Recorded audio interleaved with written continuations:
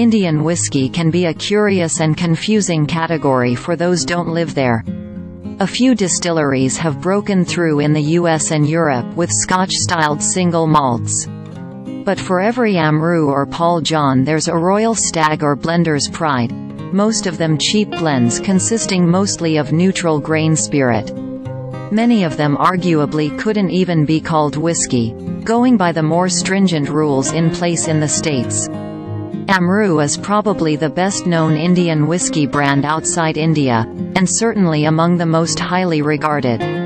The brand has been around since 1948, but it's only in the last 20 years or so that they've been making serious, single malt expressions, and it wasn't until 2009 that they made their way stateside. Since then, Amrut has gained a reputation as arguably the essential introduction to Indian whiskey. But Amrut is just the tip of the Indian iceberg.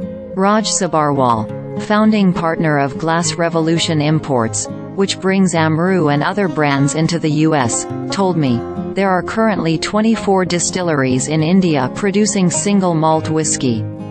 However, he adds, most of the distilleries' production is used as a flavor enhancer for their own neutral spirit-based whiskies.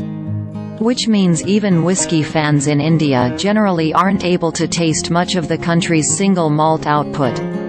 That's where Ashok Chokalingam comes in. The head of distilling and international sales at Amrut, he wanted to get more unadulterated Indian single malts to a wider audience. The result was Amrut's Single Malts of India series, each release of which highlights a different distillery. The second release spotlights Kurinji, located in a mountainous region of the same name.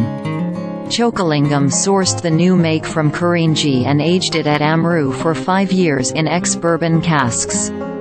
5 years is barely a blink of the eye in cold and chilly Scotland, but in the much warmer climes of India, where the Angels share, according to Sabharwal, can hit 10 to 12% annually, it's plenty of time to create a fully matured whiskey.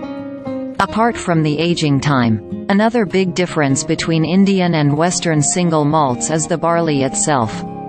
Scotch whiskies generally use 2-row barley, while Kurinji and other Indian malts use 6-row. The difference, apart from a lower yield, is that 6-row barley has more protein and less starch.